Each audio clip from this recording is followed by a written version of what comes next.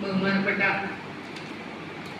അധ്യക്ഷ ശ്രീമതി ജയന്തി, ചരിത്ര വിഭാഗം അധ്യക്ഷ എൻ്റെ പ്രിയ സുഹൃത്ത് ശിവ ടീച്ചർ, സുരേഷ് മാഷ്, മറ്റ് അധ്യാപകർ, പ്രിയമുള്ള കുട്ടികളെ, എനിക്കൊരു സന്തോഷമുള്ളത്, ഞാൻ 2018 ഇവിടെ വന്നപ്പോൾ അന്ന് ഞാൻ ഇന്ന് ഷീബാജിയോട് പറയുകയും ചെയ്തു.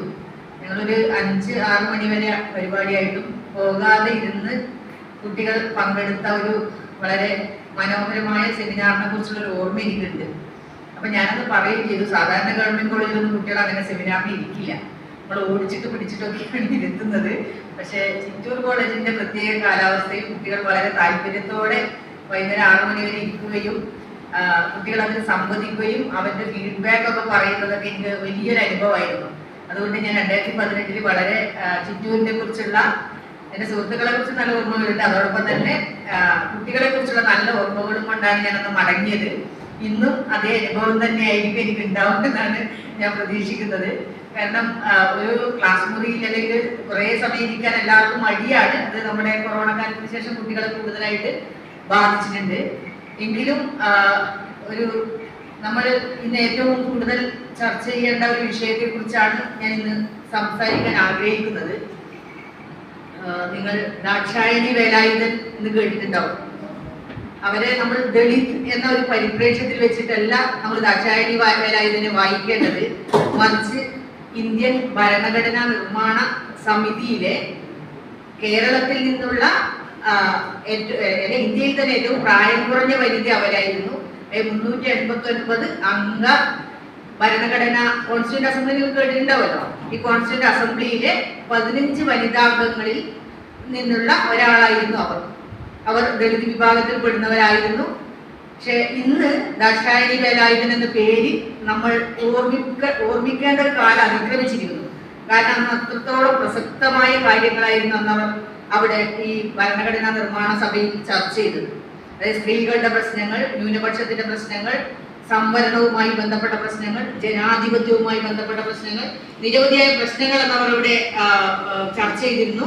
പക്ഷെ ഈ വ്യക്തികളെ കുറിച്ചുള്ള ഓർമ്മകൾ പലപ്പോഴും ഒരു 2 നൂറ്റാണ്ട് കാലം മാത്രമേ നിലനിൽക്കൂ എന്ന് ഒരു സ്വീഡിഷ് എഴുത്തുകാരിയുണ്ട്, സാറാ സ്ട്രൈസൻബർഗ്. അവരുടെ ഒരു അന്റാർട്ടിക്ക ഓഫ് ലവ് എന്നൊരു ഗ്രന്ഥത്തിൽ അവരങ്ങനെ ഒരു നിരീക്ഷണം നടത്തുന്നുണ്ട്. വ്യക്തികളെ കുറിച്ച് നിങ്ങൾ ആലോചിച്ചാൽ മതി. നിങ്ങളുടെ വീട്ടിൽ നിങ്ങളുടെ അമ്മയുടെ പേരറിയാം, അമ്മമ്മയുടെ പേരറിയാം, അതിന്റെ അപ്പുറത്തേക്ക് നമുക്ക് അറിയില്ല പൊതുവെ, അല്ലേ? പക്ഷെ അത് സ്ത്രീകളുടെ കാര്യത്തിൽ എത്തുമ്പോൾ അത്രയും ഉണ്ടാവില്ല. അത് ഒരു തലമുറയിൽപ്പെട്ട സ്ത്രീകളെ മാത്രമേ നമ്മൾ ഓർമ്മിക്കൂ. അതും ഒരു ദളിത് സ്ത്രീ ആവുമ്പോൾ തീരെ ചരിത്രത്തിൽ വരില്ല. അതാണ് നമുക്ക് അറിയുന്നത്. അതായത് പൊതുവെ നമ്മൾ പുരുഷ കേന്ദ്രീകൃതമാണ് നമ്മുടെ ചരിത്രമൊക്കെ. അപ്പൊ അതിൽ എഴുതുന്നതും അതിന്റെ മധ്യത്തിലുള്ളതൊക്കെ പുരുഷന്മാരാണ്. അപ്പൊ സ്ത്രീകൾ പലപ്പോഴും ചരിത്രത്തിൽ ഇടം കിട്ടാറില്ല. അത് തന്നെയാണ് ദാക്ഷായണി വേലായുധന്റെ കാര്യത്തിലും സംഭവിച്ചത്. കാരണം അവർ 1931 SSLC പാസ്സായി. കൊച്ചിയിൽ നിന്ന് ആദ്യം SSLC പാസ്സായ ദളിത് വനിതയാണ്. അത് കഴിഞ്ഞ് അവർ മഹാരാജാസ് കോളേജിൽ, നിങ്ങൾക്കറിയാം, എറണാകുളത്തെ മഹാരാജാസ് കോളേജിൽ നിന്നാണ് അവർ ഡിഗ്രി പാസ്സായത്. അപ്പം അതിനു മുമ്പ് ഞാൻ അവരുടെ നിങ്ങൾക്ക് അറിയാത്തതുകൊണ്ട് അവരുടെ ഒരു ജീവചരിത്ര കുറച്ച് കാര്യങ്ങൾ പറയാം. അവർ കൊച്ചിയിലെ മുളവുകാട്, എറണാകുളത്തുള്ള മുളവുകാട് എന്നുള്ള ദ്വീപിലാണ് ജനിച്ചത്. 1912 ജൂലൈ 15 അവർ ജനിച്ചത്. അപ്പം ആ ഒരു കാലത്തിന് വലിയ പ്രത്യേകത. 1912 എന്ന് പറയുമ്പോൾ ചരിത്രം പഠിക്കേണ്ടത് എപ്പോഴും ആ കാലമായിട്ട് കൂട്ടിയിട്ടാണല്ലോ. വെറും 1912 എന്നുള്ളതല്ല അതിന്റെ പ്രത്യേകത. ഈ 1912 പ്രത്യേകത എന്ന് പറയുന്നത് നമ്മുടെ സാമൂഹ്യ നവോത്ഥാന മുന്നേറ്റങ്ങളൊക്കെ നടന്നുകൊണ്ടിരിക്കുന്ന ഒരു കാലമാണ് 1912. അതായത് 1993 മഹാത്മാ അയ്യങ്കാളിയുടെ വില്ലുവണ്ടി സമരം നടക്കുന്നത്. കേട്ടിട്ടുണ്ടാവും, അല്ലെ?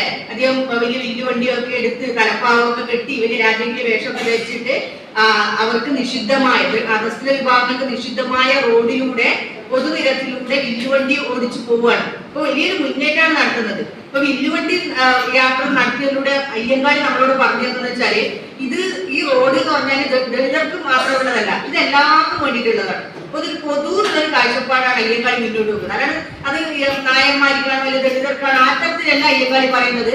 ഈ കേരളത്തിലെ ഈ റോഡ് എന്ന് പറയുന്നത് എല്ലാവർക്കും ഉള്ളതാണ്. ഒരു പൊതു ഇടന്നുള്ള വലിയൊരു കാഴ്ചപ്പാടാണ് അയ്യങ്കാളി ഈ വില്ലുവണ്ടി യാത്രയിലൂടെ മുന്നോട്ട് വെച്ചത്. അത് കഴിഞ്ഞ് നമുക്കറിയാം 1914 അയ്യങ്കാളി ഒരു പഞ്ചമി എന്ന് പറഞ്ഞിട്ട് ഒരു 8 വയസ്സുള്ള ഒരു പെൺകുട്ടിയെ സ്കൂളിൽ ചേർക്കാൻ കൊണ്ടുപോയി. കേട്ടിട്ടുണ്ടാവും, ഊരുട്ടമ്പല സ്കൂളിൽ. ദളിത് പെൺകുട്ടിയാണ്.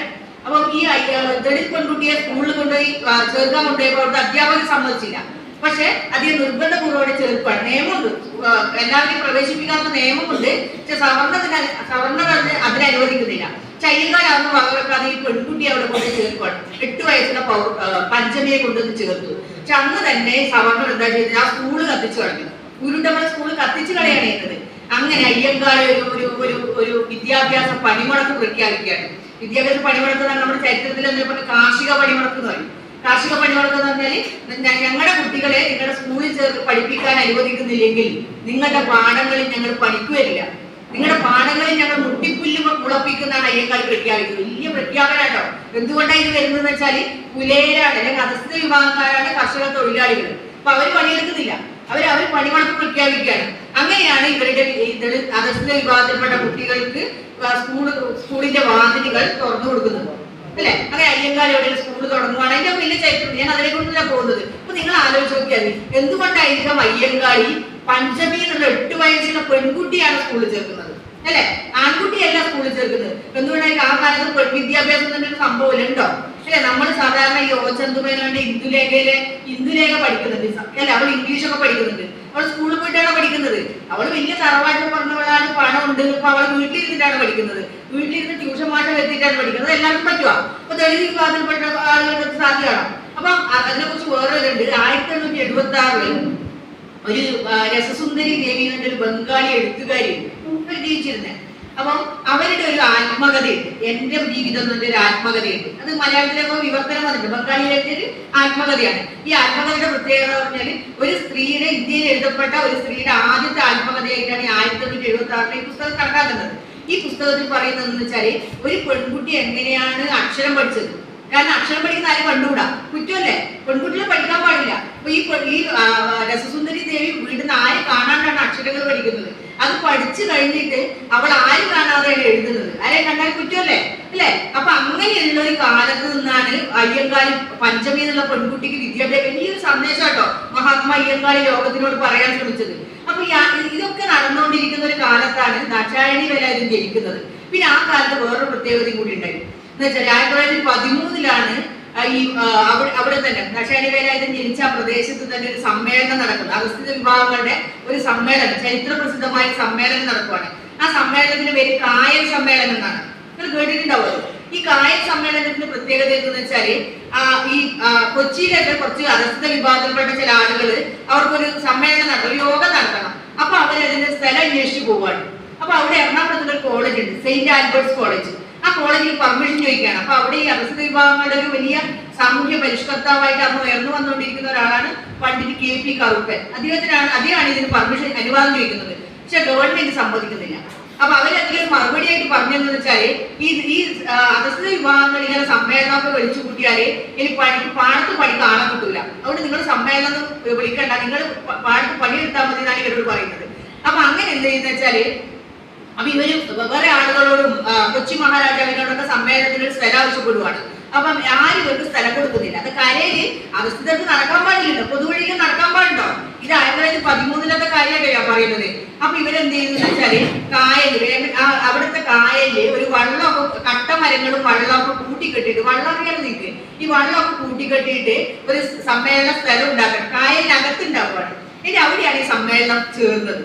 ഈ സമ്മേളനത്തിൽ അധ്യക്ഷത വഹിച്ചത് കൃഷ്ണാദി ആശാൻ എന്ന് പറഞ്ഞിട്ടുള്ള ഒരാളായിരുന്നു. അത് അങ്ങനത്തെ ഒരു സാമൂഹ്യ പരിഷ്കർത്താവാണ്. അദ്ദേഹം ഈ ദാക്ഷായണിയുടെ ഇളയച്ചനാണ്, അത് അച്ഛന്റെ ബ്രദറാണ്, യങ്ങർ ബ്രദറാണ് കൃഷ്ണാദി ആശാൻ. അദ്ദേഹമാണ് ഈ സമ്മേളനത്തിൽ അധ്യക്ഷത വഹിക്കുന്നത്. പിന്നെ ഉണ്ടായിരുന്ന അതിൽ ഈ സമ്മേളനത്തിൽ പങ്കെടുത്ത ഒരാൾ ഒരു KP വള്ളവൻ എന്ന് പറഞ്ഞിട്ട്, അദ്ദേഹം ദാക്ഷായണി വേലായുധന്റെ മൂത്ത സഹോദരനാണ് KP വള്ളവൻ. KP വള്ളവൻ 13 വയസ്സേ പ്രായമുള്ളൂ. അപ്പൊ ഈ സമ്മേളനം പ്രധാനമായിട്ടും ആവശ്യപ്പെട്ടത് എന്തെന്ന് വെച്ചാല് എറണാകുളം നഗരത്തിലേക്ക് അധസ്ഥിത വിഭാഗങ്ങൾക്കും കൂടെ പ്രവേശനം നൽകണം എന്നുള്ള ഒരു പ്രമേയം അവർ പാസാക്കി. ഇനി കൊച്ചി മഹാരാജാവിനോട് ആവശ്യപ്പെടാം. നിങ്ങൾ ആലോചിച്ചൊക്കെ എന്തൊരു ദുസ്ഥിതിയാണ് അല്ലെ. അങ്ങനെയുള്ള ഒരു അവസ്ഥയിൽ ഇരിക്കുമ്പോഴാണ് ദാക്ഷായണി വേലായുധൻ 1912 അവരുടെ അന്നത്തെ സാഹചര്യമാണ്. അപ്പൊ നിങ്ങൾ നോക്കേണ്ടത്, അവർ ജനിച്ച വീട് വളരെ ഉൽപ്പതിഷ്ഠമായിട്ട് വളരെ പുരോഗമന ആശയമുള്ള വീട്ടിലാണ് അവർ ജനിക്കുന്നത് അല്ലെ. ഇവരുടെ അച്ഛൻ വളരെ ചെറുപ്പത്തിൽ തന്നെ മരിച്ചു പോകുന്നുണ്ട്. അദ്ദേഹം ഒരു സ്കൂൾ മാഷായിരുന്നു. അപ്പൊ സ്കൂൾ മാഷ് എന്ന് പറയുമ്പോൾ തന്നെ നമുക്കറിയാലോ. പിന്നെ അച്ഛൻ്റെ ഇങ്ങനെയൊക്കെ ഇങ്ങനെയുള്ള പുരോഗമന ആശയങ്ങളുള്ള ആളാണ്, ബ്രദർ ഇതേ ആശയങ്ങളുള്ള ആളാണ്. പിന്നെ ഇവര് പിന്നീട് അവരുടെ ഒരു ഓർമ്മക്കുറിപ്പിൽ അവർ ദശാനിവേല എന്ന് പറയുന്നുണ്ട്, ആ നാട്ടിൽ ആദ്യമായിട്ട് നീണ്ട മുടിയൊക്കെ മുറിച്ചത് അവരുടെ ചേട്ടന്മാരായിരുന്നു. ഇവർ 5 മക്കളായിരുന്നു ദശാനിവേല ഇതിന്റെ വീട്ടില്. ഇവർക്ക് 4ാമത്തെ മകളാണ് ഇവര്. അപ്പൊ ഇവര് പറഞ്ഞ അങ്ങനെ വലിയ പുരോഗമന ആശയമുള്ള ഒരു വീട്ടിലാണ് ഈ കുട്ടി ജനിക്കുന്നത്. സ്വാഭാവികമായിട്ട് അവർക്ക് വിദ്യാഭ്യാസം കിട്ടുമല്ലോ അല്ലെ. അങ്ങനെ അവിടെ മുളവുകാട് എന്നുള്ള ഒരു സെന്റ് മേരീസ് LP സ്കൂളിലാണ് പഠിക്കുന്നത്. അവിടെ തന്നെ ഒരു ഹൈസ്കൂളിൽ പഠിച്ചു. അത് കഴിഞ്ഞിട്ട് 1931 അവര് SSLC പാസ്സാവുന്നത്. അപ്പൊ നിങ്ങൾ ആലോചിക്കേണ്ടത്, കൊച്ചി പ്രദേശത്ത് നിന്ന് ആദ്യമായിട്ട് SSLC പാസ്സായ ദളിത് യുവതി ദാക്ഷായണി വേലായുധനാണ്. അങ്ങനെ അതിനുശേഷം അവർ ഇന്റർമീഡിയറ്റിന് മഹാരാജാസ് കോളേജിൽ ചേരുവാണ്. അപ്പൊ അതിനെക്കുറിച്ച് രസകരമായിട്ട് കഥ പറയുന്നുണ്ട്. നിങ്ങൾക്ക് ബോറടിക്കുന്നില്ലല്ലോ?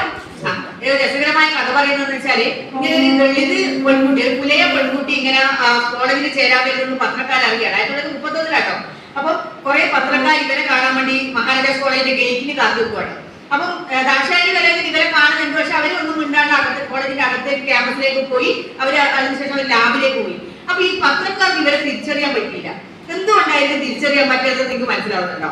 തിരിച്ചറിയാൻ പറ്റാത്തതിന്റെ കാരണം എന്താണെന്ന് വെച്ചാല്, നമ്മളിപ്പം ഒരു ദളിത് അല്ലെങ്കിൽ പുലയ പറയുമ്പോൾ നമ്മളെ മനസ്സിലൊരു കാഴ്ചപ്പാടുണ്ട് അല്ലെ. എങ്ങനെയാണ്? കറുത്തിട്ടായിരിക്കും, അവരെ വളരെ മുഷിഞ്ഞ വസ്ത്രങ്ങളായിട്ട് കൊടുത്തിട്ടുണ്ടാവും. അങ്ങനെ നമ്മളെ കണക്ക് അല്ലെ. ദളിത് എന്ന് പറയുമ്പോൾ പുലയ എന്നൊക്കെ പറഞ്ഞ് നമ്മളെ അഗസ്ത്യ വിഭാഗത്തിൽപ്പെട്ടവരെ നമ്മളെപ്പോഴും നമ്മൾ സാധാരണ നമ്മളെ നാട്ടിലൊക്കെ ഉപയോഗിക്കുന്ന ചൊല്ലുണ്ട്, കണ്ടാൽ അതാണെന്ന് തോന്നേയില്ല അല്ലെ. അങ്ങനെയല്ലേ പറയാ? പെട്ടെന്ന് കണ്ടാൽ എല്ലാവരും പറയും എന്താണ്, അവരെന്താണ് നമ്പൂരിയായിരിക്കുന്നത്. കാരണം വെളുത്ത ആൾക്കാരൊക്കെ നമ്മളെ ഇടയ്ക്ക് നമ്പൂരിയോ നായരൊക്കെ ആയിരിക്കുമല്ലോ അല്ല. നമ്മൾ പൊതുബോധമായിട്ട് ഇതിൽ വർക്ക്ഔട്ട് ചെയ്യുന്നത്. അപ്പം ദാക്ഷായണി ഇത് തിരിച്ചറിഞ്ഞില്ല. അവരവർ ലാബിൽ പോയിട്ട് അവരവിടെ പോയി പഠിച്ചു. ഈ ലാബിലത്തെ കാര്യം കൂടി, ഇവർ കെമിസ്ട്രി ആണ് ഇതിന്റെ ഡിഗ്രി, അവിടെ കെമിസ്ട്രി BSc കെമിസ്ട്രി ആട്ടോ പഠിച്ചത്. നിങ്ങൾ ആലോചിക്കണം, 31 കാര്യാട്ടോ. കെമിസ്ട്രി പഠിക്കുകയാണ് ഇവര്. രസതന്ത്രമാണ് ഇവരുടെ ഐച്ഛിക വിഷയം. അത് പഠിക്കുമ്പോൾ ലാബ് ഉണ്ടാവില്ലേ? പക്ഷെ ലാബിൽ ഇവരുടെ ഒരു സവർണ്ണ അധ്യാപിക ഇവർക്ക് ലാബിൽ ഇവരെ ഒന്നും തൊടാൻ വിടൂല. ലാബിൽ തൊടാണ്ട് ഇവർക്ക് പരീക്ഷ നടത്താൻ പറ്റുമോ? അപ്പൊ ഇവര് ലാബിൽ ഒന്ന് തൊടാണ്ട് ദൂരെ നിന്ന് കണ്ട് മനസ്സിലാക്കിയാണ് ഇവര് BSc കെമിസ്ട്രി ഒന്ന് പാസ്സായത്. നിങ്ങൾ ആലോചിച്ച ഒരു ദുരിതം എന്താണെന്നുള്ളത് അല്ലെ. അത് കഴിഞ്ഞ് ഇവര് 1935 അവിടുന്ന് BSc കെമിസ്ട്രി സെക്കൻഡ് ക്ലാസ്സോടുകൂടി, സെക്കൻഡ് ക്ലാസ് എന്ന് പറഞ്ഞാൽ ഇന്നത്തെ റാങ്കിന്റെ മെച്ചം ഉണ്ടാവും അല്ലെ, അന്ന് സെക്കൻഡ് ക്ലാസ്. അങ്ങനെ അത് നേടി പാസ്സായതിനു ശേഷം ഇവര് മദ്രാസിൽ ഒരു ടീച്ചേഴ്സ് ട്രെയിനിങ്ങിന് പോകും. അവിടെ സെയിന്റ് ആൽബർട്ട്സ് ട്രെയിനിങ് കോളേജിൽ ഇത് പഠിക്കാൻ ചേർന്നു. അങ്ങനെ ട്രെയിനിങ് ഒക്കെ ടീച്ചേഴ്സ് ട്രെയിനിങ് ഒക്കെ പാസ്സായി തിരിച്ചു വന്ന് അന്നത്തെ കൊച്ചി ഗവൺമെന്റ് ഇവർക്ക് സ്കൂളിൽ ഹൈസ്കൂളിൽ ജോലി കൊടുക്കുകയാണ്. അങ്ങനെ അവർ 1-2 ഹൈസ്കൂളിൽ, തൃശ്ശൂര്, എറണാകുളം ഹൈസ്കൂളിലൊക്കെ അവർ ജോലി ചെയ്യുന്നുണ്ട്.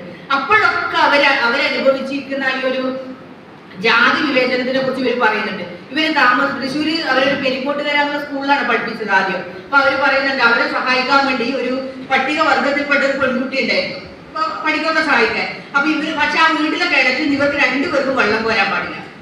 അതായത് വെള്ളം പോരുന്ന അത് സവർണ്ണന്റെ വീടാണ്. അപ്പൊ ആ വീട്ടിൽ നിന്ന് വെള്ളം കിണർ അശുദ്ധാവുമല്ലോ, താഴ്ന്ന വിഭാഗത്തിൽപ്പെട്ടത് തൊട്ടാല് കിണർ അശുദ്ധാവും. അപ്പൊ അവർക്ക് വെള്ളം പോരാൻ പാടില്ല. അപ്പൊ അങ്ങനെയുള്ള ജാതി വിവേചനങ്ങൾക്ക് നേരിട്ടാണ് ഇവർ പഠിച്ചത് എന്ന് ഇവർ പിന്നീട് അവരുടെ ഓർമ്മക്കുറിപ്പിൽ ഇവർ പറയുന്നുണ്ട്. അത് കഴിഞ്ഞിട്ട് പിന്നെയാണ് അവരുടെ ഒരു ദൈക്ഷണിക അല്ലെങ്കിൽ രാഷ്ട്രീയ ജീവിതം ആരംഭിക്കുന്നതെന്ന് പറയാം. 1900 പിന്നെ അതിനിടയിൽ 1941 അവർ വിവാഹിതയായി. വിവാഹം കഴിച്ചത് വേലായുധൻ, അതാണ് അവരുടെ ദാക്ഷായണി വേലായുധൻ എന്നുള്ള പേര് അറിയപ്പെടുന്നത്. അദ്ദേഹം Tata institute of social science എന്നൊക്കെ നമ്മുടെ സുരേഷ് മാഷ് അവിടെ പഠിച്ചിട്ടുണ്ട് തോന്നുന്നു. അവിടെ നിന്നൊക്കെ പഠിച്ച് പിന്നെ വലിയ ലേബർ ഓഫീസറൊക്കെ ആയ നമ്മുടെ മുൻ രാഷ്ട്രപതിയായിരുന്ന KR നാരായണന്റെ ഇളയച്ചനായിരുന്നു ഈ വേലായുധൻ എന്ന് പറയുന്നത്. അദ്ദേഹത്തിനെ വിവാഹം കഴിച്ചു. ഈ വിവാഹം നടന്നതിനെ കുറിച്ച് ഇത് പറയുന്നുണ്ട്. ഈ 1941 വിവാഹം കഴിച്ചത് ഗാന്ധിയുടെ വാർദ്ധ ആശ്രമത്തിൽ വെച്ചിട്ടാണ്. സേവാഗ്രാം ആശ്രമമില്ലേ, സബർമതി കഴിഞ്ഞാൽ അടുത്ത ആശ്രമമാണ്. ആ ആശ്രമത്തിൽ വെച്ചിട്ടാണ് വിവാഹം കഴിച്ചത്. ആ വിവാഹത്തിന് അതിലൊരു പിക്ചർ ഉണ്ട്. ആ പിക്ചർ പറയുന്നത് ഗാന്ധിജിയുണ്ട്, കസ്തൂർബ ഗാന്ധിയുണ്ട്. കൂടാതെ ഈ വിവാഹത്തിന്റെ കാർമ്മികത്വം വഹിച്ചത് ഒരു കുഷ്ഠരോഗിയായിരുന്നു ഇവരുടെ വിവാഹത്തിന്. അങ്ങനെയാണ് വാർത്താശ്രമത്തിന്റെ ജീവിത രീതിയാണത്. അപ്പം അങ്ങനെ വിവാഹമൊക്കെ കഴിഞ്ഞ് അതിനുശേഷം 1945 ഇവര് കൊച്ചി നിയമസഭയിലേക്ക് തെരഞ്ഞെടുക്കപ്പെടുകയാണ്. അതായത് കൊച്ചി നിയമസഭയിലേക്ക് തെരഞ്ഞെടുക്കപ്പെട്ട ആദ്യത്തെ ദളിത് വനിത കൂടിയാണ് ഇവർ, ദളിത് സ്ത്രീയാണ്. അപ്പൊ അവിടെ ഈ കൊച്ചി നിയമസഭയിൽ നമ്മൾ വിചാരിക്കും ഒരു അധ്യാപിക, അവർക്കൊരു സ്ത്രീ, അവർ പോയിട്ട് എന്ത് പണിയെടുക്കാൻ, അവിടെ വലിയ വലിയ ഉഷാറുള്ള ആൾക്കാരുണ്ടല്ലോ, പുരുഷന്മാരുണ്ടല്ലോ. പക്ഷെ ഇവർ പോയിട്ട് അവിടെ ചെയ്ത ഒരുപാട് കാര്യങ്ങൾ, എല്ലാ കാര്യങ്ങളും, അതായത് എല്ലാ രാഷ്ട്രീയ കാര്യങ്ങളും ഇവർ സജീവമായിട്ട് ഇടപെട്ടിരുന്നു. അതിനൊരു ഉദാഹരണം ഞാൻ പറയാം. അവിടുത്തെ ഒരു ബജറ്റ് ചർച്ചയിൽ, സാധാരണ ബജറ്റ് എന്നൊക്കെ കേൾക്കുമ്പോൾ നമ്മൾ പറയും കണക്കും ബജറ്റൊന്നും സ്ത്രീകൾക്ക് പാടില്ല എന്നാണ് നമ്മളൊരു കണക്ക്. പക്ഷെ അവിടുത്തെ ബജറ്റ് ചർച്ചയിലാണ് ആദ്യമായിട്ട് ദാക്ഷായണി വേലായുധൻ ഇടപെട്ട് സംസാരിച്ചത്. അപ്പൊ അതിൽ അവർ ഉന്നയിച്ച ഒരു പ്രധാനപ്പെട്ട വിമർശനം ഈ അധസ്ഥിത വിഭാഗങ്ങളുടെ ഉന്നമനത്തിന് വേണ്ടി നീക്കിവെക്കുന്ന ഫണ്ടിന്റെ കുറവിനെ കുറിച്ചിട്ടായിരുന്നു. കുറഞ്ഞ ഫണ്ട് നീക്കിവെച്ചതിൽ ഇവർ ആ ചർച്ചയിൽ, ഇവർ ബജറ്റ് ചർച്ചയിൽ വിമർശിക്കുന്നുണ്ട്. വെറുതെ വിമർശിക്കല്ല, അവരെ കണക്കുകൾ നിരത്തിക്കൊണ്ടാണ്. അത് പറയുന്നത് ആ സഭ വളരെ സ്തബ്ധരായി പോയി. കാരണം ഒരു ചെറിയൊരു അധ്യാപികയാണ്, ഒരു ഹൈസ്കൂൾ അധ്യാപികയാണ് ഇവര്. പിന്നെ ദളിതയും, അതാണ് നമ്മുടെ ഒരു പ്രധാന ഇത്. അവർ ദളിത് സ്ത്രീ ഒരു അധ്യാപികയുമായിട്ട് ഒരാള് ഒരു ബജറ്റ് ചർച്ചയിൽ സജീവമായിട്ട് ഇടപെട്ടുകൊണ്ട് കണക്കുകൾ വെച്ചുകൊണ്ട് കാര്യങ്ങൾ അവതരിപ്പിക്കുക എന്ന് പറഞ്ഞാൽ എല്ലാവർക്കും വലിയ ഷോക്കായിരുന്നു. പിന്നീട് അവർ ഒരുപാട് കാര്യങ്ങൾ, അതായത് പിന്നീടുള്ള അവരുടെ ഈ നിയമസഭയിൽ, കൊച്ചി ലെജിസ്ലേറ്റീവ് കൗൺസിൽ എന്നാണ് അത് പറയാം, അതിന്റെ എല്ലാ ചർച്ചയിലും ഇവർ വളരെ സജീവമായിട്ട് ഇടപെടുന്നുണ്ട്. അതായത് ഇവർ പറയുന്നതെന്ന് വെച്ചാല് ഈ പഞ്ചായത്ത് മുനിസിപ്പാലിറ്റികളിലൊക്കെ ഈ ഭരണ വിഭാഗങ്ങളിലൊക്കെ അധസ്ഥിതർക്ക് സംവരണമാണ്. ഇവിടെ സംവരണമില്ല. പിന്നെ സെക്രട്ടറിക്ക് എന്തുകൊണ്ടാണ്, ഭരണസിരാകേന്ദ്രമായ സെക്രട്ടറിക്ക് എന്തുകൊണ്ടാണ് ദളിതുകൾക്ക് അധസ്ഥിത വിഭാഗങ്ങൾക്ക് ജോലി കൊടുക്കാത്തത്? അങ്ങനെ ഒരുപാട് പ്രശ്നങ്ങൾ ഇവർ ഉന്നയിക്കുന്നുണ്ട് ആ സഭയിൽ. പിന്നെ ഒരു പ്രശ്നം ഇവർ ഉന്നയിച്ചത് ഒരു കുടിവെള്ള പ്രശ്നത്തിൽ, ഞാൻ ഉദാഹരണം പറയാം, ഒരു കുടിവെള്ള പ്രശ്നത്തിന്റെ ഒരു ചർച്ച വരുവാണ്. അപ്പൊ അവര് പറയുന്നത് കുടിവെള്ളത്തിനെ കുറിച്ച് അധസ്ഥിത വിഭാഗങ്ങളോട് സംസാരിക്കേണ്ട കാര്യമില്ല. കാരണം ഭൂരിപക്ഷം അധകൃത വിഭാഗത്തിൽപ്പെട്ട ആളുകൾക്ക് ഭൂമിയില്ല. അവർ മറ്റുള്ളവരെ ആശ്രയിക്കും. അവർ ഇപ്പോഴത്തെ കാര്യമാണ് ഇതൊക്കെ പറയുന്നത്. ഇത് 1945 പറഞ്ഞ കാര്യമാണ്. അപ്പൊ അവര് പറഞ്ഞത് ഭൂരിപക്ഷം ആളുകളും ജീവിക്കുന്നത് മറ്റുള്ളവരെ ആശ്രയിച്ചിട്ടാണ്. അവർ മറ്റുള്ളവരുടെ കിണറുകളോ കുളങ്ങളോ ആണ് ഉപയോഗിക്കുന്നത്. പക്ഷെ അതിൽ നിന്ന് നേരിട്ട് വെള്ളം എടുക്കാനുള്ള അധികാരാവകാശം ആക്കില്ല. ഇത് ദളിത് വിഭാഗത്തിൽപ്പെട്ട ആളുകൾക്കില്ല. പിന്നെ കുടിവെള്ളം, അങ്ങനെ ശുദ്ധജലം എന്ന് പറയേണ്ട ഒരു ചർച്ചയുടെ ആവശ്യമുണ്ടോ? ശരിക്കും ഈ അയിത്തം ഇല്ലാതാവുകയാണ് വേണ്ടതെന്നുള്ളൊരു വലിയൊരു പ്രമേയം അവരവിടെ കൊണ്ടുവരുന്നുണ്ട്. അപ്പൊ അവർ അയിത്തത്തിനെ കുറിച്ച് പറയുന്നതെന്ന് വെച്ചാല് ശരിക്കും നമ്മുടെ സാമൂഹ്യ മുന്നേറ്റത്തെ തടുക്കുന്ന ഏറ്റവും പ്രധാനപ്പെട്ട വിപത്താണ് അയിത്തം. ഇവർ പറഞ്ഞത് രാഷ്ട്രീയ പ്രശ്നമാണ്. ഈ അയിത്തം എന്ന് പറയുന്നത് ഒരു രാഷ്ട്രീയ പ്രശ്നമാണ്. ഈ അയിത്തം ദൂരീകരിച്ചാൽ മാത്രമേ നമ്മുടെ നാട് നന്നാവൂ. വളരെ ലളിതമായിട്ട് പറഞ്ഞ നമ്മുടെ നാട് നന്നാവൂ എന്നുള്ള വലിയൊരു സന്ദേശം ഈ ചർച്ചയിലൊക്കെ ഇവർ മുന്നോട്ട് വെക്കുന്നുണ്ട്. അങ്ങനെ അതായത് എല്ലാ കാര്യങ്ങളെയും അധസ്ഥിത വിഭാഗങ്ങളുടെ കാഴ്ചപ്പാടുകളുടെ കണ്ട് അവരുടെ ഉന്നമനത്തിന് വേണ്ടി പ്രവർത്തിച്ച് ഒരു സാമൂഹ്യ നീതിയിലുള്ള പ്രധാനപ്പെട്ട ആശയം കൊണ്ടുവന്ന് പ്രവർത്തിച്ച ഈ കൊച്ചി ലെജിസ്ലേറ്റീവ് കൗൺസിൽ പ്രവർത്തിച്ച ഒരാളായിരുന്നു ദാക്ഷായണി വേലായുധൻ. അങ്ങനെ ഇവരെ കുറിച്ചിട്ട് കോൺഗ്രസ്, അന്നൊന്നും ഇവർ വലിയ കോൺഗ്രസ് ആയിരുന്നല്ല, ഇന്ത്യൻ നാഷണൽ കോൺഗ്രസ് ഉണ്ട്. അപ്പൊ കോൺഗ്രസ് ഇവരെ കുറിച്ച് കേൾക്കുവാണ്. ഇങ്ങനെ ഒരു ധീരയായ ഒരു പരിധിയിട്ട് ദളിത് വിഭാഗപ്പെടുന്നവരാണ്. അങ്ങനെ ഇരിക്കുമ്പോഴാണ് ഇവരെ 1946 ഈ ഭരണഘടനാ നിർമ്മാണ സഭ കോൺസ്റ്റിറ്റ്യൂന്റ് അസംബ്ലിയിലേക്ക് ഇവരെ നോമിനേറ്റ് ചെയ്യുന്നത്, തെരഞ്ഞെടുക്കുന്നത്. അപ്പൊ തെരഞ്ഞെടുക്കാൻ വേണ്ടിയിട്ട് പോയപ്പോൾ വലിയ പ്രശ്നങ്ങളാണ്. അത് എതിർപ്പിന്റെ കളിയായിരുന്നു. അതാണ് ഞാൻ പറയുന്നത്. എന്ന് വെച്ചാല് ഇവര് ഈ all India scheduled caste federation എന്ന് പറഞ്ഞ ASCF എന്ന് പറഞ്ഞ സംഘടനയുണ്ട്, അംബേദ്കറിന്റെ സംഘടനയാണ്. ആ സംഘടനയോടൊക്കെ ചേർന്ന് ഇവർ പ്രവർത്തിക്കുന്നുണ്ട് ഈ സമയത്തൊക്കെ. ആ സമയത്ത് ഈ ഓൾ ഇന്ത്യ ഷെഡ്യൂൾഡ് കാസ്റ്റ് ഫെഡറേഷന്റെ ഒരു മാസിക പ്രസിദ്ധീകരിച്ചു JB എന്ന് പറഞ്ഞു. ഇപ്പോഴുണ്ട്, നിങ്ങൾ കേട്ടിട്ടുണ്ടാവും. ഈ JB-യിലൊക്കെ ഇവർ ഒരുപാട് തുടർച്ചയായിട്ട് ലേഖനങ്ങളൊക്കെ ദാക്ഷായണി വേലായുധൻ ആ കാലത്ത് എഴുതുന്നുണ്ട്. ആ സമയത്താണ് ഇന്ത്യൻ നാഷണൽ കോൺഗ്രസ് ഇവരെ പേര് നിർദ്ദേശിക്കുന്നത്. അതായത് മദിരാശി മണ്ഡലത്തിൽ നിന്ന് ഈ കോൺസ്റ്റിറ്റ്യൂന്റ് അസംബ്ലിയിലേക്ക് മത്സരിക്കാൻ വേണ്ടി ഇവരെ പേര് നിർദ്ദേശിക്കുകയാണ്. ഇവരെ പേര് നിർദ്ദേശിച്ചപ്പോണ്ടായ വലിയ കോലാഹലം എന്ന് വെച്ചാൽ ഇന്ത്യൻ നാഷണൽ കോൺഗ്രസ് ഇവരെ നിർത്തുന്നു. ഇന്ത്യൻ നാഷണൽ കോൺഗ്രസിന്റെ ഹൈക്കമാൻഡാണ് ഇവരെ പേര് നിർദ്ദേശിക്കുന്നത്. നിങ്ങൾക്ക് മനസ്സിലാവുന്നുണ്ടല്ലോ. പക്ഷെ ഈ മദിരാശി മണ്ഡലത്തിൽ നിന്നാണ് ഇവരെ മത്സരിക്കാൻ വേണ്ടി ഇവരോട് നിർദ്ദേശിക്കുന്നത്. പക്ഷെ ഈ മദിരാശിയിലെ കോൺഗ്രസ് ഇവരെ എതിർക്കുന്നു. അതേസമയം തന്നെ ഈ ദളിത് ഫെഡറേഷൻ ഇവരെ എതിർക്കുന്നു. രണ്ട് ഭാഗത്തുനിന്നും വലിയ രൂക്ഷമായ എതിർപ്പാണ് ഇവരുണ്ടായത്. നിങ്ങൾ ആലോചിച്ച് നോക്കി എന്തുകൊണ്ടായിരിക്കും ഇവർ എതിർക്കുന്നത് എന്നുള്ളത്. ബേസിക്കലി അതിന്റെ കാരണം എന്ന് പറഞ്ഞാൽ ഒരു സ്ത്രീ ആയതാണ്, അല്ലെ? സ്ത്രീയാണ് ഒരു അടക്കുന്ന വിഭാഗത്തിൽപ്പെട്ടവരായിട്ടാണ് ഇവരെ എതിർക്കുന്നത്. അതിന് ഇന്ത്യൻ നാഷണൽ കോൺഗ്രസ് ഒരു കാരണം പറയുന്നുണ്ട്. അതായത് മദ്രാസിലെ കോൺഗ്രസ് ഒരു കാരണം പറയുന്നത് വെച്ചാല് ഇവര് ഗാന്ധിയുടെ വലിയ അനുയായിയാട്ടോ. ഗാന്ധിയോട് വലിയ ആദരവുള്ള ആളാണ്. പക്ഷെ ഗാന്ധിയോട് കുറെ വിയോജിക്കൂട്ട. ഞാൻ പറയാം, ഗാന്ധിയോട് വലിയ ആദരവുണ്ട്. അതുകൊണ്ടാണ് വാർത്തയിൽ പോയിട്ട് വിവാഹം കഴിക്കുന്നത്, അല്ലെ? അതതിന് പ്രത്യക്ഷമായ ഉദാഹരണമാണ്. പക്ഷെ ഇന്ത്യൻ നാഷണൽ കോൺഗ്രസിൽ ഇവരും അതിനിശ്ചിതമായിട്ട് വിമർശിക്കുന്നു. നിങ്ങൾക്ക് ഈ വിമർശനം കേൾക്കുമ്പോൾ തന്നെ അറിയും അവർ വെറുതെ വീട്ടിലിരിക്കോ എന്നൊരു ലേഡിയല്ല, അല്ലല്ലോ, അല്ലെ? അല്ലെ, അഭിപ്രായം ഇല്ലാത്ത സ്ത്രീ അല്ല എന്നുള്ള അഭിപ്രായം ഇവർക്ക്. അതുകൊണ്ട് ഇവര് ഇന്ത്യൻ നാഷണൽ കോൺഗ്രസിൽ വിമർശിക്കുന്നത് ഒരു കുത്തക മുതലാളിമാരുടെ ഒരു സവർണ പാർട്ടിയായിട്ടാണ് ഇവർ വിമർശിക്കുന്നത്. നമ്മുടെ വിപഞ്ചന്ദ്രൊക്കെ പിൽക്കാലത്ത് പറഞ്ഞൊരു കാര്യം തന്നെയാണ്. ഒരു കുത്തക മുതലാളിമാരുടെ ഒരു സവർണ പക്ഷത്തു നിന്നുള്ള ഒരു പാർട്ടിയായിട്ടാണ് ഇവർ ഇന്ത്യൻ നാഷണൽ കോൺഗ്രസിനെ ചിത്രീകരിക്കുന്നത്. അപ്പൊ അന്ന് ഇന്ത്യൻ നാഷണൽ കോൺഗ്രസിന്റെ ഒരു പ്രമുഖനായ മദിരാശിയിൽ നിന്നുള്ള നേതാവുണ്ട്, നിങ്ങൾ കേട്ടിട്ടുണ്ടോ, C. രാജഗോപാലാചാരി ഉണ്ട്. അദ്ദേഹം C. രാജഗോപാലാചാരി നമ്മളെ പിന്നീട് ഗവർണർ ജനറലൊക്കെ ആയ സി രാജഗോപാലാചാര്യനെ ഇവര് വിമർശിച്ച ഒരു പേരാണ് ഒരു അവസരവാദിയായ ബ്രാഹ്മണൻ. പോരെ കാര്യം, അവസരവാദിയായ ബ്രാഹ്മണൻ എന്നാണ് രാജഗോപാലാചാരി. രാജഗോപാലാചാരി വലിയ നേതാവായിട്ട് വന്ന് അദ്ദേഹത്തിനെയാണ് നമ്മുടെ ദാക്ഷായണി വേലായുധൻ. അവരൊന്നും എവിടെയില്ല, ഇവിടെ ചിത്രത്തിലില്ലാത്തൊരു കാലാണ്. കൊച്ചി നിയമസഭയിൽ മാത്രമുള്ള ഒരാളാണ് ഇവരെ ഒരു ഹൈസ്കൂൾ അധ്യാപിക ചെയ്യുന്ന ഒരാളാണ് സി രാജഗോപാലാചാര്യനെ പോലെ അഖിലേന്ത്യാ തലത്തിൽ ഉള്ള നേതാവ്, ഇന്ത്യൻ നാഷണൽ കോൺഗ്രസിന്റെ നേതാവിനെ വിമർശിക്കുന്നു. അവർക്ക് ഇഷ്ടാവോ അല്ലെ? പക്ഷെ നെഹ്റുവിനൊക്കെ ഇവർ ഇഷ്ടമായിട്ടുണ്ട്. ഗാന്ധിക്ക് നെഹ്റുവിനൊക്കെ ഇവർ വലിയ കാര്യമായിരുന്നു. അങ്ങനെയാണ് ഇവർക്ക് ഈ തെരഞ്ഞെടുപ്പിൽ കാൻഡിഡേറ്റ്സിന് കിട്ടുന്നത്. അപ്പം അങ്ങനെ മറ്റു ഭാഗത്താണെങ്കിൽ ഈ ഞാൻ നേരത്തെ സൂചിപ്പിച്ച അഖിലേന്ത്യാ ഷെഡ്യൂൾഡ് കാസ്റ്റ് ഫെഡറേഷനും ഇവരെ സ്ഥാനാർത്ഥിത്വം എതിർക്കുന്നു. അതിനൊരു പ്രധാനപ്പെട്ട കാരണം പറയുന്നത് ഇവർക്ക് അംബേദ്കറുമായിട്ടുള്ള എതിർപ്പായിരുന്നു, ഒരു വിയോജിപ്പായി. എതിർപ്പ് നമുക്കതിന് പറയാൻ പറ്റില്ല, ഒരു വിയോജിപ്പാണ്. കാരണം അംബേദ്കറിന്റെ ഒരു പ്രധാനപ്പെട്ട ആശയം എന്ന് പറയുന്നത് പ്രത്യേക സംവരണ മണ്ഡലം എന്നുള്ളതാണ് അല്ലെ. ദളിതുകൾക്ക് പ്രത്യേക സംവരണ മണ്ഡലം വേണമെന്നുള്ളതായിരുന്നു അംബേദ്കറിന്റെ ഒരു പ്രധാനപ്പെട്ട ആശയം. അതിനെ ദാക്ഷായണി വേലായുധൻ എതിർക്കുന്നുണ്ട്. അവർ പറയുന്നത് ദളിതുകൾക്ക് പ്രത്യേക സംവരണ മണ്ഡലം ആവശ്യമില്ല. അവർ പറയുന്നത് അവരുടെ പ്രധാനപ്പെട്ട ആശയം എന്ന് പറഞ്ഞാൽ ജാതി പ്രശ്നം എന്ന് പറഞ്ഞാൽ അതൊരു വർഗ പ്രശ്നമാണ്. അംബേദ്കറുടെ വിയോജിപ്പാണ്. ജാതി പ്രശ്നം ഒരു വർഗ പ്രശ്നമാണ്. അത് പരിഹരിക്കേണ്ടത് സാമ്പത്തിക വിപ്ലവത്തിലൂടെയാണ്. മറിച്ച് രാഷ്ട്രീയ സംവരണത്തിലൂടെ എല്ലാം എന്ന വലിയൊരു വ്യത്യസ്തമായ വാദമാണ് ദാക്ഷായണി വേലായുധൻ മുന്നോട്ട് വെക്കുന്നത്.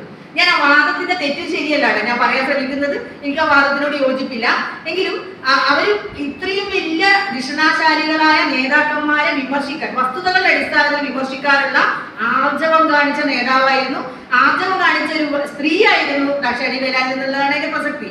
അപ്പം ഈ പ്രത്യേക സംവരണ നിയോജക മണ്ഡലം എന്നുള്ള അംബേദ്കറിന്റെ അഖിലേന്ത്യാ നേരത്തെ സൂചിപ്പിച്ച ഷെഡ്യൂൾഡ് കാസ്റ്റ് ഫെഡറേഷന്റെ ഒക്കെ അഭിപ്രായത്തിനോട് വിയോജിക്കുന്നത് കൊണ്ട് തന്നെ അവരും ഇവരുടെ സ്ഥാനാർത്ഥിത്വത്തെ എതിർക്കുകയാണ് ചെയ്യുന്നത്. സ്വാഭാവികമാണല്ലോ. പിന്നെ അത് കൂടാണ്ട് മദ്രാശിയിൽ ഒരു ഡിപ്രസ്ഡ് ക്ലാസസ് പരിസ്ഥിതി വിഭാഗത്തിൽ ഫെഡറേഷൻ ലീഗ് പ്രവർത്തിക്കുന്നുണ്ടായിരുന്നു മദ്രാശിയിൽ. അതിന്റെ ഒരു നേതാവുണ്ടായിരുന്നു ശിവരാജ് എന്ന് പറഞ്ഞിട്ട്. അതിന്റെ അന്നത്തെ വലിയ നേതാവാണ് ശിവരാജ്. അദ്ദേഹത്തിന് മത്സരിക്കണമെന്നുണ്ട്. അപ്പൊ അദ്ദേഹത്തിന്റെ ഒരു അനുയായി ഉണ്ടായിരുന്നു അരുളപ്പൻ എന്ന് പറഞ്ഞു. അപ്പൊ അദ്ദേഹം ഒരു നിരാഹാര സമരം ആരംഭിച്ചു. അതായത് ദാക്ഷായണി വേലായുധനെ മത്സരിപ്പിക്കരുത് എന്ന് പറഞ്ഞിട്ട് നിരാഹാര സമരം ആരംഭിച്ചു. നിങ്ങൾ ആലോചിക്കുക എന്തൊക്കെ പ്രശ്നങ്ങളാണെന്ന്. അപ്പൊ നമ്മുടെ സി രാജഗോപാലാചാരി വെറുതെ ഇരിക്കില്ലല്ലോ. അപ്പൊ രാജഗോപാലാചാരി നമ്മുടെ ജവഹർലാൽ നെഹ്റുവിന് കത്ത് എഴുതുകയാണ്. കത്ത് ഇങ്ങനെയായിരുന്നു കേട്ടോ. ഈ കൊച്ചിയിൽ നിന്നുള്ള ഒരു പുലയ സ്ത്രീയും തന്റേടിയുമായ, തന്റെ സ്ത്രീകൾക്ക് പാടില്ല എന്നല്ല പറയുന്നത് അല്ലെ. കൊച്ചിയിൽ നിന്നുള്ള പുലയ സ്ത്രീയും തന്റേടിയുമായ ഈ ദാക്ഷായണി വേലായുധൻ അവർ നമ്മുടെ കോൺഗ്രസ് സംസ്കാരത്തിന് നിരക്കാത്ത രീതിയിലാണ് പ്രവർത്തിക്കുന്നത്. പ്രവർത്തിക്കുന്നതുകൊണ്ട് അവരെ ഒരു കാരണവശാലും മത്സരിപ്പിക്കരുത് എന്ന് പറഞ്ഞിട്ട് ഇവര് ജവഹർലാൽ നെഹ്റുവിന് കത്തെഴുതി. കൂടാതെ അന്നത്തെ മദ്രാസിന്റെ പ്രധാനമന്ത്രി ടി പ്രകാശ്, അന്ന് പ്രധാനമന്ത്രി എന്നാട്ടോ പേര് പറയാം, പ്രധാനമന്ത്രി ടി പ്രകാശ് ഉണ്ട്, അദ്ദേഹത്തിന് കത്തെഴുതുകയാണ്. പക്ഷെ ആ കത്തൊന്നും എവിടെയും ഫലിച്ചില്ല. ദാക്ഷായണി വേലായുധനെ മത്സരിപ്പിച്ചു. എന്നിട്ട് അവരുടെ എതിർ സ്ഥാനാർത്ഥി ശിവരാജ്, ഞാൻ നേരത്തെ സൂചിപ്പിച്ച ശിവരാജായിരുന്നു. അതിൽ ആദ്യം വോട്ടെടുപ്പ് ശിവരാജ് ജയിച്ചു. പിന്നെ വീണ്ടും അതിൽ ചില തെറ്റുകൾ കണ്ടെത്തി എണ്ണിയപ്പോഴാണ് ദാക്ഷായണി വേലായുധൻ ജയിക്കുന്നത്. അങ്ങനെയാണ് അവര് ഇന്ത്യയിലത്തെ ഭരണഘടനാ നിർമ്മാണ സമിതിയിലത്തെ കേരളത്തിൽ നിന്നല്ല ഇന്ത്യയിൽ നിന്ന് തന്നെയുള്ള ആദ്യത്തെ ദളിത് വനിതയായിട്ടും ഏറ്റവും പ്രായം കുറഞ്ഞ അംഗമായിട്ടും അവർ മാറുന്നത്. അവർ ജൂലൈ 22, 1946 അവിടത്തേക്ക് തെരഞ്ഞെടുക്കപ്പെട്ടത് അല്ലെ. വലിയ ചരിത്ര പ്രാധാന്യമുള്ള ഒരു സന്ദർഭമാണത്. കാരണം ഒരു സ്ത്രീ തന്റേതായ ഇടം കൊണ്ട് നേടിയെടുത്ത ഒരു സ്ഥാനമാണ് അല്ലെ, വേറൊന്നും കൊണ്ടല്ല. മറ്റു സാധാരണ ആളുകളൊക്കെ ആരുടെയെങ്കിലും ഒരു താല്പര്യത്തിലോ ആരുടെയെങ്കിലും മേൽനോട്ടത്തിലൊക്കെയാണ് സ്ഥാനങ്ങൾ നേടുക. ഇവര് സ്വന്തമായിട്ടുള്ള സ്വന്തം കാഴ്ചപ്പാടുകളുടെ ഫലമായിട്ടാണ് അവർക്ക് ഒരുപാട് എതിർപ്പുണ്ടായിട്ട് പോലും, ഇവൻ അംബേദ്കറിന് വരെ എതിർപ്പുണ്ടായിട്ട് പോലും അവർക്ക് ഈ സ്ഥാനം കിട്ടി എന്നുള്ളതാണ് ഇതിന്റെ പ്രസക്തി എന്നാണ് ഞാൻ മനസ്സിലാക്കുന്നത്. അപ്പൊ അങ്ങനെ അവിടെ എത്തിയപ്പോഴും അപ്പൊ അവിടുത്തെ ഞാൻ ഒരു കാര്യം കൂടെ പറയാൻ ആഗ്രഹിക്കുന്നത്, 389 അംഗങ്ങളാണ് ഈ കോൺസ്റ്റിറ്റ്യൂന്റ് അസംബ്ലിയിൽ ഉള്ളത്. ഈ 389 അംഗങ്ങളിൽ 15 പേരാണ് സ്ത്രീകൾ. ആലോചിക്കുക എത്ര കുറവാണുള്ളത്. 15 അംഗങ്ങളാണ് സ്ത്രീകളുള്ളത്. ആ 15 അംഗങ്ങളിൽ 6 പേര് നമ്മുടെ ഇന്ത്യ വിഭജനം കഴിഞ്ഞപ്പോ 47 ഇന്ത്യ വിഭജനം കഴിഞ്ഞപ്പോ 6 പേര് വിവിധ കാരണങ്ങളാൽ ഈ കോൺസ്റ്റിറ്റ്യൂന്റ് അസംബ്ലി വിട്ടു പോവുകയാണ്. പിന്നെ 9 അംഗങ്ങളായി. ഈ 9 അംഗം കുറച്ച് കഴിഞ്ഞപ്പോൾ 2 പേരെ കൂടെ ചേർത്തു. അതിൽ ഒരാള് നമ്മുടെ കേരളത്തിൽ നിന്നുള്ള ആനി മസ്രീനാണ്. നിങ്ങൾ കേട്ടിട്ടുണ്ടോ ആനി മസ്രീൻ? അവരാണ്. അങ്ങനെ പിന്നീട് 11 അംഗങ്ങളാണ് ഉണ്ടായത്. അതിൽ ഒരാളാണ് നമ്മുടെ ദാക്ഷായണി വേലായുധൻ. അപ്പൊ നമ്മൾ വിചാരിക്കും ഇവര് കോൺസ്റ്റിറ്റ്യൂന്റ് അസംബ്ലി പോയിട്ട് എന്ത് ചെയ്യാൻ, അവർക്ക് ഇംഗ്ലീഷ് അറിയാമെന്നൊക്കെ നമ്മൾ ആലോചിക്കും അല്ലെ. പക്ഷെ അവർ കൊച്ചി നിയമസഭയിൽ തന്നെ നേരത്തെ നടത്തിയ ഞാൻ പറഞ്ഞ കാര്യങ്ങളൊക്കെ അവർ പ്രസംഗിച്ചിരുന്നത് ഇംഗ്ലീഷിലായിരുന്നു.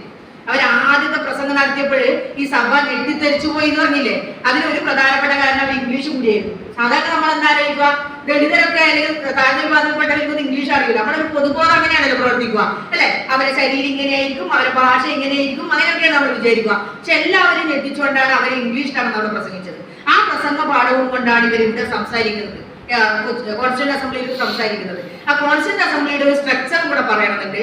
389 അംഗങ്ങളിൽ ഭൂരിഭാഗം പുരുഷന്മാരാണ്. ഇനി പറയുന്നത് അതിന്റെ പൊതുസഭകളിലൊന്നും പ്രസംഗിക്കാൻ പൊതുവെ സ്ത്രീകൾക്ക്, ഇടപെടാൻ സ്ത്രീകൾക്ക് അവസരം കിട്ടാറില്ല.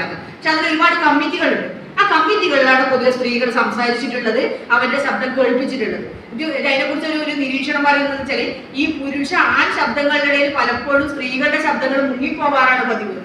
പിന്നെ ഈ പുരുഷ മെമ്പർമാര്, പുരുഷ അംഗങ്ങള് ഇതിലെ സ്ത്രീകളെ വിളിച്ചിരുന്ന ദാക്ഷായണി പേരായി നിന്ന് വിളിക്കുന്നതിന് പകരം വിളിച്ചിരുന്ന വാക്ക് സഹോദരി അല്ലെങ്കിൽ വനിതാ അംഗങ്ങൾ. അവർക്ക് പേരില്ലായിട്ടാണോ? നിങ്ങൾ ആലോചിച്ച് നോക്കിയേ അല്ലെ. നിങ്ങൾ എന്നെ ടീച്ചർ എന്നല്ലേ വിളിക്കുന്നത്? ആണോ? സഹോദരി എന്ന് വിളിക്കുക അല്ലെ. അതാണ് എന്തുകൊണ്ടാണ് അങ്ങനെ വിളിക്കുന്നത് നമ്മളൊന്ന് ആലോചിച്ച് നോക്കണം. ശരിക്കും അതാണ് സ്ത്രീകളുടെ പ്രാതിനിധ്യം എത്തരത്തിലാണ് അന്ന് പൊതുസമൂഹം കണ്ടിരുന്നതുള്ളതാണ് ഈ സഹോദരി വനിതാംഗങ്ങൾ എന്നൊക്കെയുള്ള രീതിയിലുള്ള ഈ വിളി തന്നെ വരുന്നത്. പക്ഷെ ഇങ്ങനെയൊക്കെ സ്ത്രീകളെ ഒതുക്കാൻ വേണ്ടിയിട്ട് ശ്രമിച്ചിരുന്നെങ്കിലും, മാർജിനലൈസ് ചെയ്യാൻ വേണ്ടി ശ്രമിച്ചിരുന്നെങ്കിലും ഈ 11 അംഗങ്ങളും അവരുടെ ശബ്ദം എപ്പോഴും അവിടെ കേൾപ്പിച്ചിരുന്നു എന്നാണ് പറയുന്നത്. അത് ഏറ്റവും പ്രധാനമായിരുന്നു ദാക്ഷായണി പേരായി. അവരവരെ തന്റെ ഇടം അവിടെ പോയപ്പോൾ കൂടുതൽ പുറത്തെടുക്കുകയാണ് ചെയ്തത്. അത് ഞാനൊരു ഉദാഹരണം പറയാം. അവരാദ്യം ഈ കോൺസ്റ്റിറ്റ്യൂന്റ് അസംബ്ലിയിൽ പ്രസംഗിച്ചത് 1946 ഡിസംബർ 19 ആ ഡിസംബർ 19 ആദ്യമായിട്ട് ഇവർക്ക് അവസരം കിട്ടി പ്രസംഗിക്കാൻ വേണ്ടിയിട്ട്, സംസാരിക്കാൻ വേണ്ടിയിട്ട്. അപ്പൊ അതിലന്ന് അവർ പറഞ്ഞതെന്ന് വെച്ചാല് ശരിക്കും നമ്മൾ അയിത്തൊക്കമില്ല അല്ലെ, ജാതി വിവേചനം ഇല്ലാത്ത അവരൊരു പ്രസംഗം ഇങ്ങനെയാണ്: ജാതി വിവേചനം ഇല്ലാത്ത അല്ലെ, ജാതിയുടെ പേരിലുള്ള ഇങ്ങനെയുള്ള വിവേചനങ്ങളൊന്നും അനുഭവിക്കാത്ത അധികാരം ജനങ്ങളിൽ നിന്ന് മേലോട്ടൊഴുകുന്ന ഒരു ഇന്ത്യ, അധികാരം ജനങ്ങളിൽ നിന്ന് മേലോട്ടൊഴുകുന്ന ഇന്ത്യ, അത്തരത്തിലുള്ള ഒരു ഇന്ത്യയാണ് ഞാൻ സ്വപ്നം കാണുന്നത്. അവരുടെ വാചകമാണ്. അധികാരം ജനങ്ങളിൽ നിന്ന് മേലോട്ടൊഴുകുന്ന, അവിടെ ജാതി വിവേചനമൊന്നുമില്ല, ഐത്താചരണമോ ജാതി വിവേചനമോ ഒന്നുമില്ലാത്ത ഇന്ത്യ. അത്തരത്തിലുള്ള ഒരു ഇന്ത്യയാണ് നമ്മുടെ ഈ ഭരണഘടനാ നിർമ്മാണത്തിലൂടെ നമുക്ക് സൃഷ്ടിക്കാൻ കഴിയുക എന്നൊരു വലിയ പ്രതീക്ഷയാണ് ആദ്യത്തെ ഈ ഭരണഘടനാ നിർമ്മാണ സഭയുടെ യോഗത്തിൽ പ്രസംഗത്തിൽ ഇവർ ആദ്യം തന്നെ ആ പ്രത്യാശയായിട്ട് പ്രകടിപ്പിച്ചത്. അപ്പൊ ഇതില് അത് പറയുന്നുണ്ട്, ഈ ഭരണഘടന ഈ 11 സ്ത്രീകൾ സംസാരിച്ചപ്പോഴും ഇങ്ങനെയുള്ള വലിയ വലിയ പ്രതീക്ഷകളായിരുന്നു മുന്നോട്ട് വെച്ചത്. ഇത് സ്ത്രീകളുടെ പ്രത്യേകത കേട്ടോ. നമ്മൾ എന്തിനെ ആദ്യം വളരെ പോസിറ്റീവായിട്ടാണ് കാണുന്നത്. അതിന്റെ ഒരു ഉദാഹരണം കൂടിയാണ് ഇത്. വളരെ പോസിറ്റീവാണ്. ഭരണഘടന നിർമ്മിക്കാനുള്ള ശ്രമങ്ങൾ നടക്കുവാണ്. അപ്പൊ എങ്ങനെയായിരിക്കും ഇന്ത്യയുടെ ഭരണഘടന എന്നുള്ളതിനെ കുറിച്ചിട്ട് ഈ 11 സ്ത്രീകളും മുന്നോട്ട് വെച്ച കാഴ്ചയാണ് ഞാൻ ഈ പറഞ്ഞത്. അതിന് ചുരുക്കമാണ് ദാക്ഷായണി പേരായിട്ട് പറഞ്ഞത്. പിന്നീട് ഇവർ നടത്തിയൊരു പ്രസംഗമുണ്ട്. ആ പ്രസംഗം എപ്പോഴാന്ന് വെച്ചാല് നവംബർ 8, 1948. ആ ദിവസം നിങ്ങൾക്ക് അറിയായിരിക്കും. ഡോക്ടർ BR അംബേദ്കർ, നിങ്ങറിയില്ലേ, ഡ്രാഫ്റ്റിംഗ് കമ്മിറ്റിയുടെ ചെയർമാനാണ് അദ്ദേഹം. ഈ ഇന്ത്യൻ ഭരണഘടനയുടെ കരടൊക്കെ തയ്യാറാക്കിയിട്ട് ചർച്ചയ്ക്ക് വേണ്ടിയിട്ട് ഈ സഭയുടെ മുന്നിൽ വെക്കുകയാണ്. നവംബർ 8, 1948. അന്ന് ദാക്ഷായണി വേലായുധൻ അതിൽ ഇടപെട്ടുകൊണ്ട് വലിയൊരു പ്രസംഗം നടത്തുന്നുണ്ട്. ആ പ്രസംഗം ഈ ഭരണഘടനയിൽ ഈ കരടിനെ കുറിച്ചുള്ള വിമർശനമായിരുന്നു. സാധാരണ ആരും ധൈര്യപ്പെടൂല കേട്ടോ. അംബേദ്കർ എന്ന് പറഞ്ഞാൽ ഈ ലോകം കണ്ട വലിയ രാഷ്ട്രതന്ത്രജ്ഞനാണ്, ഭരണഘടനാ വിദഗ്ധനാണ്. അങ്ങനെയുള്ള വലിയ വലിയ നേതാക്കന്മാർ ഇരിക്കുന്ന പണ്ഡിതന്മാർ ഇരിക്കുന്ന സഭയിലാണ് ദാക്ഷായണി വേലായുധൻ. നമ്മൾ അവരുടെ ചരിത്രം നോക്കി, അവർ ഇവിടെ മുളവുകാട് പഠിച്ച് മഹാരാജാസ് കോളേജിൽ പഠിച്ച് ചെറിയൊരു പ്രദേശത്ത് നിന്ന് പ്രവർത്തിച്ച് പരിചയമുള്ള ഒരാൾ പോയിട്ടാണ് അങ്ങ് ഇന്ത്യയുടെ ഏറ്റവും വലിയ സഭയിൽ പ്രസംഗിച്ച് വിമർശിക്കുന്നു. അപ്പൊ അതിൽ അവർ പറയുന്നത് വെച്ചാൽ ഈ ഭരണഘടനയുടെ കരട് വെച്ചപ്പോൾ അവരതിനെ വിമർശിച്ചുകൊണ്ട് പറയുന്നത് വെച്ചാല് ഇതിലൊരു കേന്ദ്രീകൃത ഭരണ സംവിധാനം വളരെ കൂടുതലാണ്. അതായത് കേന്ദ്രീകൃത ഭരണ സംവിധാനം എന്ന് പറഞ്ഞാൽ അധികാര കേന്ദ്രീകരണം വളരെ കൂടുതലായിട്ടുള്ള ഒരു ഭരണഘടനയാണ് ഇത് എന്നാണ് അവരതിനെ വിമർശിച്ചത്. എന്നിട്ട് അവരതിനെ ഉപമിക്കുന്ന ഏതിനോടെന്ന് വെച്ചാല് 1935 ഒരു ഗവൺമെന്റ് ഓഫ് ഇന്ത്യ ഗവൺമെന്റ് നിയമം പാസ്സാക്കുന്നുണ്ടല്ലോ ബ്രിട്ടീഷുകാർ, അതിന്റെ റിപ്ലിക്കാണെന്നാണ് ഇവരതിനെ വിമർശിക്കുന്നത്.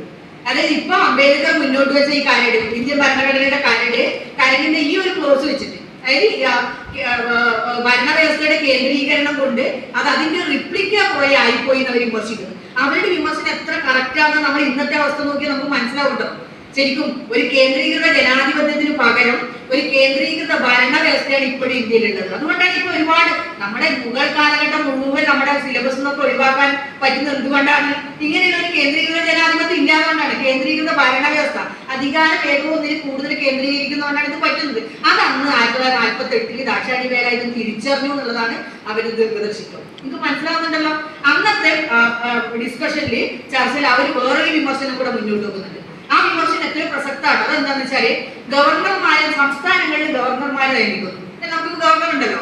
അപ്പൊ ഇവർ പറയുന്നത് ഭാവിയിൽ ഇത് സംസ്ഥാന ഗവൺമെന്റുകളും ഗവർണറും തമ്മിലുള്ള ഒരു അസ്വാരസ്യത്തിലേക്ക് നയിക്കാനുള്ള സാധ്യതയുണ്ട്. അവരന്ന് അവരുടെ ദീർഘദർശിത്വമാണ് ഇത് കാണിക്കുന്നത്. അതായത് ഭാവിയിൽ സംസ്ഥാനത്ത് ഗവർണർമാരും സംസ്ഥാന ഗവൺമെന്റുകളും തമ്മിലുള്ള ഒരു സ്വരച്ചേർച്ച ഇല്ലായ്മയിലേക്ക് നയിക്കാനുള്ള സാധ്യതയുണ്ട് എന്ന് അന്ന് 48 അവർ പറഞ്ഞു. നിങ്ങൾ ആലോചിച്ചു ഇപ്പോഴെന്താ സംഭവിക്കുന്നത് അല്ലെ? കേരളത്തിലും തമിഴ്നാട്ടിലൊക്കെ അതിന്റെ ഭീകരത നമ്മളിപ്പോ കാണുന്നത്.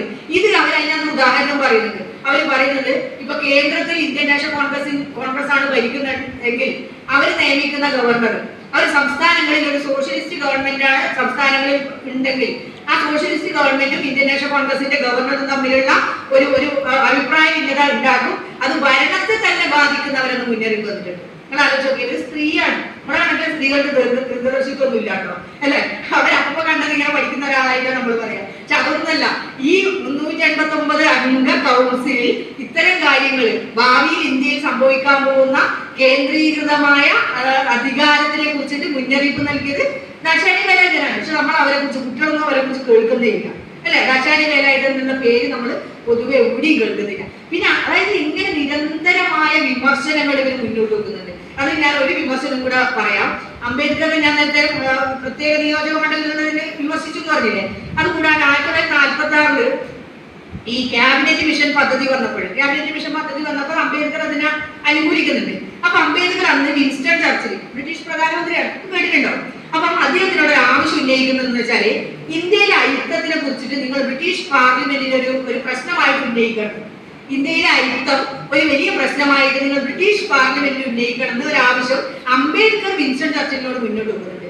അപ്പൊ ദാക്ഷായണി വേലായുധൻ അതിനെ പരിഹസിച്ചുകൊണ്ട് പറയുന്നുണ്ട് ഈ secretary of state Pethick Lawrence അല്ലെങ്കിൽ അന്നത്തെ പ്രധാനമന്ത്രി മാറി, പ്രധാനമന്ത്രി മാറി, ക്ലമന്റ് ആന്റണി, പ്രതിപക്ഷ നേതാവ് വിൻസ്റ്റൺ ചർച്ചിൽ അവർക്കൊന്നും അയിത്തം ഇല്ലാതാക്കാൻ പറ്റില്ല. അവർ വിചാരിച്ചാൽ സ്വാഭാവികമല്ല, അയിത്തം ഇല്ലാതാക്കാൻ അവർക്ക് പറ്റുമോ? അവർക്ക് വേണമെങ്കിൽ ഇന്ത്യയിൽ നിന്ന് പലായനം ചെയ്യുന്ന വർഗീയവാദികൾക്ക് ഇംഗ്ലണ്ടിൽ അഭയം കൊടുക്കാൻ കഴിയും. അതാണ് അവർ പറയുന്നത്. ഇന്ത്യയിൽ നിന്ന് പലായനം ചെയ്യുന്ന വർഗീയവാദികൾക്ക് അഭയം കൊടുക്കാൻ വേണ്ടിയിട്ട് ചർച്ചിലിനോ ക്ലമന്റ് ആന്റണിക്കോ പെത്തിക് ലോറൻസിനോ പറ്റില്ല. അല്ലാണ്ട് ഇന്ത്യയിൽ അയിത്തം അവർക്കൊന്നും ഇല്ലാണ്ടാക്കാൻ പറ്റില്ല. ആ അയിത്തം ഇല്ലാതാക്കാൻ നമ്മൾ തന്നെ ശ്രമിക്കണം എന്നുള്ള ഇത് അംബേദ്കറിനോടാണ് പറയുന്നത്. നിങ്ങൾ ആലോചിച്ചോക്കെ അല്ലെ? പാവങ്ങളുടെ എന്താണ് പറയുന്നത്, അധസ്ഥിത വിഭാഗങ്ങളുടെ അപ്പോസ്തലൻ എന്നൊക്കെ പറയുന്ന. പക്ഷെ അംബേദ്കറിനോട് എല്ലാ കാര്യങ്ങളൊന്നും ഇവർക്ക് വിയോജിപ്പില്ല കേട്ടോ. ഞാൻ അങ്ങനെയല്ല ഇത് പറഞ്ഞു. ഇതിലൊരു കാര്യം നമ്മൾ ശ്രദ്ധിക്കേണ്ടത്, ഞാൻ ആ ഗാന്ധിയോടുള്ള അഭിപ്രായ വ്യത്യാസം കൂടെ പറയും. ഇവർ ഗാന്ധിയുടെ വലിയ ആരാധകനായിരുന്നു കേട്ടോ. ഈ ആദ്യത്തെ ഈ കോൺസ്റ്റിറ്റ്യൂന്റ് അസംബ്ലിയിൽ അഭിസംബോധന ചെയ്തുകൊണ്ട് നടത്തിയ ഇവരുടെ ആദ്യത്തെ പ്രസംഗത്തിൽ ആദ്യം ഗാന്ധിക്ക് വലിയ ആദരവ് അർപ്പിച്ചുകൊണ്ടാണ് ഇവർ പ്രസംഗം തുടങ്ങുന്നത്. ഗാന്ധിയോടുള്ള എല്ലാ ആദരവും പറഞ്ഞുകൊണ്ടാണ് ഗാന്ധിയുടെ വലിയ അനുയായിയാണ്. പക്ഷെ അതേസമയം തന്നെ ഗാന്ധിനെ വിമർശിക്കുന്നുണ്ട്. ഇവർ പറയുന്നത് വെച്ചാല് ഈ ഹരിജൻ എന്നുള്ള പേര് ഗാന്ധിയാണ് അതിർത്തി വിഭാഗങ്ങൾക്ക് കൊടുക്കുന്നത് അല്ലെ? ദൈവത്തിന്റെ പേരാണ് നിങ്ങൾ എടുത്തോന്ന് പറഞ്ഞാണ് ഗാന്ധി കൊടുക്കുന്നത്. അപ്പൊ ഇവര് പറയുന്നുണ്ട് ഹരിജൻ എന്നുള്ള പേരിട്ടോണ്ടൊന്നും അയിത്തും ഇല്ലാണ്ടാവില്ല അല്ലെ? അതിന് അവരൊരു ഉപമയും പറഞ്ഞത് കുറച്ച് കൂടിയ ഉപമയാണ്. പട്ടിയെ, ഒരു നായെ ഹിറ്റ്ലർ എന്നോ നെപ്പോളിയൻ എന്നോ വിളിക്കും പോലെയാണ് അത്. ഒരു പട്ടിയെ എന്താണ് പറയാ, ഹിറ്റ്ലർ എന്നോ നെപ്പോളിയൻ എന്നൊക്കെ വിളിക്കും പോലെയാണ്. അല്ലാതെ കൊലനായിട്ട് ഒരാളെ ഹരിജൻ വിളിച്ചുകൊണ്ട് അയാളെ ജാതി ഇല്ലാണ്ടാവോ അല്ലെ? അല്ലെങ്കിൽ ഇവിടുത്തെ അയിത്തം ഇല്ലാണ്ടാവോ? അപ്പൊ അവരേറ്റവും കൂടുതൽ ഈ കോൺസ്റ്റിറ്റ്യൂന്റ് അസംബ്ലിയിൽ ഏറ്റവും കൂടുതൽ പ്രവർത്തിച്ചത് അയിത്തം ഇല്ലാതാവാനായിരുന്നു, അയിത്തത്തിനെതിരെയായിരുന്നു. അപ്പൊ അവര് പറയുന്നത് ഈ അയിത്തം എന്ന് പറഞ്ഞാൽ ഒരു സാമൂഹ്യ വിപത്താണ്. പക്ഷെ ആ സാമൂഹ്യ വിപത്ത് ഇല്ലാതാവാൻ വേണ്ടിയിട്ട് അവരൊരു പ്രത്യേക അത് ഗാന്ധിയോടാണോ അംബേദ്കർ ആണോ കൂടുതൽ അടുപ്പമെന്നുള്ളത് നമുക്കത് ഞാൻ ഇങ്ങനെ വരുമ്പോൾ ആലോചിച്ച ഒരു കാര്യമാണത്. അവർ പറയുന്നത് വെച്ചാല് ഇപ്പൊ നിയമങ്ങൾ നടപ്പിലാക്കണമെന്നില്ല. ഞാനത് പറയാം. നിയമങ്ങൾ നടപ്പിലാക്കണമെന്നില്ല. അത് ഓരോ വ്യക്തിയും അല്ലെങ്കിൽ ജനങ്ങള് അത് സ്വയം അതെങ്ങനെയാണ് നടപ്പിലാക്കുന്നത് എന്നതിന്റെ അടിസ്ഥാനത്തിലാണ് ഭരണഘടന പ്രവർത്തിക്കുന്നത്. നിങ്ങൾക്ക് മനസ്സിലായില്ലല്ലോ? അതായത് ഇപ്പൊ അംബേദ്കറിന്റെ ഒരു ഭരണഘടന ധാർമ്മിക ധാർമ്മികത എന്നുള്ള വലിയ ആശയമുണ്ട്, നിങ്ങൾ കേട്ടിട്ടുണ്ടോ അല്ലെ? ഭരണഘടനാ ധാർമ്മികത അതെന്താണെന്ന് വെച്ചാല് ഭരണഘടനാ ധാർമ്മികത കൊണ്ട് ഉദ്ദേശിക്കുന്നത് ഇപ്പൊ നമുക്ക് ഭരണഘടനയുണ്ട്. ഭരണഘടനയുടെ മുന്നിൽ എല്ലാ പൗരന്മാരും തുല്യരാണ്. സ്ത്രീനോ സ്ത്രീ പുരുഷ ഭേദമില്ല, ജാതിമത ഭേദമില്ല, എല്ലാവരും തുല്യരാണ് അല്ലെ? അതാണ് നമ്മൾ ഭരണഘടന അനുശാസിക്കുന്നത്. പക്ഷെ നമ്മുടെ സാമൂഹ്യ നിയമപ്രകാരം നമ്മൾ ജാതി ഫോളോ ചെയ്യും അല്ലെ? അപ്പൊ അത് ഏതിനെതിരെയാണ്? ഭരണഘടനക്കെതിരല്ലേ?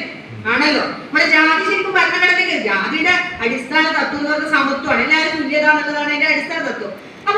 അപ്പൊ ജാതി ഫോളോ ചെയ്യുന്ന അനുവർത്തിക്കുന്ന ഒരാൾക്ക് ഭരണഘടന ഫോളോ ചെയ്യാൻ കഴിയുമോ? സ്വാഭാവികമായിട്ടും പറ്റൂല. നിങ്ങൾ ആലോചിച്ച് നോക്കിയത് എല്ലാവരും ഒരുപോലെ നമുക്ക് എഴുതാൻ പറ്റുമോ? എല്ലാ ജാതിക്കാരും ഒരുപോലെ നമുക്ക് എഴുതാൻ പറ്റൂല. അപ്പൊ അംബേദ്കർ പറയുന്നതെന്ന് വെച്ചാല് അത് നമ്മൾ ഉണ്ടാക്കിയെടുക്കണം. ഭരണഘടനാ മൂല്യങ്ങളെ ഫോളോ ചെയ്യാനുള്ളൊരു ചിന്ത ഓരോ പൗരനും ഉണ്ടാവണം. അപ്പൊ പിന്നെ നിയമത്തിന്റെ അടിസ്ഥാനത്തിലല്ല നമ്മൾ ഭരണഘടന ഫോളോ ചെയ്യുന്നത്. അതായത് ഞാനിപ്പോ ഒരാളെ അപമാനിക്കുന്നു, ഭരണഘടന അനുസരിച്ച് തെറ്റല്ലേ? ഞാൻ ഒരാളെ അപമാനിക്കുന്നു, എല്ലാ വ്യക്തികളും തുല്യരാണ്, ഞാൻ അയാളെ മതം പറഞ്ഞിട്ടോ അങ്ങനെ എന്തെങ്കിലും അപമാനിക്കുന്നു, അത് ഭരണഘടന അനുസരിച്ച് തെറ്റാണ്. പക്ഷെ നമ്മളത് ഭരണഘടന ഒരു എന്താ പറയാ ഒരു മതമായിട്ട് ഒരു വിശ്വാസമായിട്ട് നമ്മൾ കണ്ടിട്ട് അതിനെ ഫോളോ ചെയ്യുകയാണെങ്കിൽ ഇങ്ങനെയുള്ള പ്രശ്നങ്ങൾ ഇവിടെ ഉണ്ടാവില്ല. അതിനെയാണ് നമ്മൾ ഈ ഭരണഘടനാ ധാർമ്മികത എന്നുള്ള വാക്കോട് ഉദ്ദേശിക്കുന്നത്. ദാക്ഷായണി വേലായുധൻ അത് വേറൊരു വാക്കിലൂടെ പറയുന്നതേ ഉള്ളൂ. അവർ പറഞ്ഞത് നിയമങ്ങൾ നമ്മൾ നടപ്പിലാക്കണമെന്നില്ല, മറിച്ച് ജനം സ്വയം അത് നടപ്പിലാക്കുമ്പോഴാണ് ഭരണഘടന പ്രാവർത്തികമാവുന്നതാണ് അവർ പറയുന്നത്. നിങ്ങൾക്ക് മനസ്സിലായി തന്നെയായിരിക്കുന്നത്. അതായത് ഇപ്പൊ ഇവിടെ ഒരു നിയമമുണ്ട്, മറ്റുള്ളവരുടെ സാധനങ്ങൾ മോഷ്ടിക്കരുത് ഒരു നിയമം. അപ്പൊ നമ്മളത് അതിന്റെ സാധനം മോഷ്ടിച്ചാൽ നമുക്ക് ശിക്ഷ കിട്ടും. പക്ഷെ നമ്മൾ മോഷ്ടിക്കരുത് എന്നുള്ള ഭരണഘടനാ നിയമം നമ്മൾ ഫോളോ ചെയ്താൽ, അത് നമ്മുടെ ജീവിതചര്യയായിട്ട് നമ്മൾ അനുഷ്ഠിച്ചാലും പിന്നെ അവിടെ പ്രശ്നമുണ്ടാവും. മനസ്സിലാവും നിങ്ങൾക്ക്? ഇതിനെയാണ് നമ്മൾ ഭരണഘടന ധാർമ്മികത എന്ന് അംബേദ്കർ പറയുന്നത്. അതായത് ഭരണഘടനയെ നമ്മൾ ശരിക്കും നമ്മളിപ്പോ ഖുറാനോ ബൈബിളോ ഒക്കെ കൊണ്ടു നടക്കുന്നത് പോലെ ഇന്ത്യൻ ഭരണഘടനയെ നമ്മുടെ ഒരു വിശുദ്ധ ഗ്രന്ഥമായി കൊണ്ടു നടന്ന് അതിന്റെ ആശയങ്ങൾ നമ്മുടെ ജീവിതചര്യയായിട്ട് കൊണ്ടു നടക്കുക. അതാണ് നമ്മുടെ വിശ്വാസ പ്രമാണങ്ങളായിട്ട് നമ്മൾ കൊണ്ടു നടക്കേണ്ടത്. എന്തിനാണ്? നമ്മുടെ ഭരണഘടനയാണ്, ഭരണഘടനാ തത്വങ്ങളെയാണ്. അതിനെയാണ് നമ്മൾ ഈ കോൺസ്റ്റിറ്റ്യൂഷണൽ മൊറാലിറ്റി, ഭരണഘടനാ ധാർമ്മികത എന്ന് പറയുന്നത്. അപ്പൊ അത് ഫോളോ ചെയ്യുകയാണെങ്കിൽ ഇവിടെ വേറെ പ്രശ്നങ്ങൾ ഉണ്ടാവില്ലല്ലോ. എല്ലാ വ്യക്തികളും സമത്വം ഉണ്ടാവും, സാഹോദര്യം ഉണ്ടാവും, സ്വാതന്ത്ര്യം ഉണ്ടാവും. അത് തന്നെയാണ് ദാക്ഷായണി വേലായുധൻ വേറൊരു തരത്തിൽ പറഞ്ഞത്. നിയമം നടപ്പിലാക്കപ്പെടേണ്ടതല്ല, മറിച്ച് ജനം സ്വയം ഏത് വിധത്തിലാണോ അത് നടപ്പിലാക്കുന്നത് അത്തരത്തിലായിരിക്കും നമ്മുടെ ഭരണഘടന പ്രാവർത്തികമാകുന്നുള്ള അംബേദ്കറിന്റെ അതേ ആശയം തന്നെയാണ് ഇവർ 1948 ഭരണഘടനാ നിർമ്മാണ സമിതിയിൽ പറഞ്ഞത്. ഇവർ പറയുന്നതെന്ന് വെച്ചാല് ഈ സാമൂഹ്യ ജനാധിപത്യം അല്ലെങ്കിൽ സാമൂഹ്യ തുല്യതയൊക്കെ നടപ്പിലാവുന്നത് സാമ്പത്തിക തുല്യതയും കൂടിയാണ്. സാമ്പത്തിക തുല്യത കൂടി വേണം, അല്ലാതെ രാഷ്ട്രീയ സംവരണമല്ല അതിന്റെ പ്രതിനിധി. അത് അംബേദ്കറിന്റെ വീക്ഷണം അതുകൊണ്ട്. പക്ഷെ അംബേദ്കർ അത് മാത്രമല്ല കേട്ടോ പറയുന്നത്. അംബേദ്കറിന്റെ ഒരു പ്രധാനപ്പെട്ട ആശയം കൂടിയാണ് അതിനോടൊന്നിച്ച് പറയാം. അംബേദ്കർ 1949 ഈ ഭരണഘടനയൊക്കെ സമർപ്പിച്ചോട് പറയുന്ന പ്രസംഗമുണ്ട്, ഭരണഘടനാ നിർമ്മാണ സമിതി നടത്തിയ പ്രസംഗമുണ്ട്. ആ പ്രസംഗത്തിൽ അദ്ദേഹം പറയുന്നത് നമ്മൾ ഇന്ന് രാഷ്ട്രീയ ജനാധിപത്യം നേടിക്കഴിഞ്ഞു അല്ലെ? രാഷ്ട്രീയ ജനാധിപത്യം നമ്മൾ ഇന്ന് നേടിക്കഴിഞ്ഞു എന്ന് വെച്ചാല് ഒരു വ്യക്തി, ഒരു വോട്ട്, ഒരു മൂല്യം. ഏത് ജാതിക്കാരനും വോട്ട് ചെയ്താൽ ഒരേ മൂല്യം അല്ലേ? ഒരു വ്യക്തി, ഒരു വോട്ട്, ഒരു മൂല്യം എന്നുള്ള രാഷ്ട്രീയ ജനാധിപത്യം നമ്മളിപ്പോ നേടിക്കഴിഞ്ഞു. പക്ഷെ സാമൂഹ്യ ജനാധിപത്യവും സാമ്പത്തിക ജനാധിപത്യവും ഇന്ന് അകലെയാണ് എന്നാണ് അദ്ദേഹം പറയുന്നത്. സാമൂഹ്യ ജനാധിപത്യം എല്ലാവരും തുല്യരാണ്, ജാതി ഇല്ലാത്ത എല്ലാവരും തുല്യരായിട്ടൊരു സമൂഹം ഇവിടെ ഉണ്ടായിട്ടില്ല. സാമ്പത്തിക ജനാധിപത്യം നമുക്കിപ്പോ ഉണ്ടോ? അതുമില്ല. അപ്പൊ അതും കൂടി നേടിയെടുത്താൽ മാത്രമേ എന്താണ് പറയുന്നത് നമ്മുടെ സാമൂഹ്യ നീതി പുലർത്താൻ കഴിയൂ എന്നാണ് അംബേദ്കർ മുന്നോട്ട് വെച്ച ഏറ്റവും പ്രധാനപ്പെട്ട ആശയം. അത് തന്നെയാണ് ദാക്ഷായണി വേലായുധൻ മുന്നോട്ട് വെക്കുന്നത്. ദാക്ഷായണി വേലായുധൻ അത് ഒരു സ്ത്രീ പറയുമ്പോഴുള്ള ആ ഒരു സ്ത്രീ പറഞ്ഞു എന്നുള്ളതിന്റെ പേരിലാണ് നമ്മളത് കേൾക്കാതെ പോയത്. അംബേദ്കറുടെ ശബ്ദം നമ്മളിപ്പോ എത്രയോ കേട്ടോണ്ടിരിക്കുന്നുണ്ട്, പക്ഷെ ദാക്ഷായണി വേലായുധനെ നമ്മൾ കേൾക്കുന്നില്ല. നിങ്ങൾ എന്തുകൊണ്ടാണെന്ന് അതിന്റെ വേറൊരു ഉദാഹരണം കൂടെ പറയാം.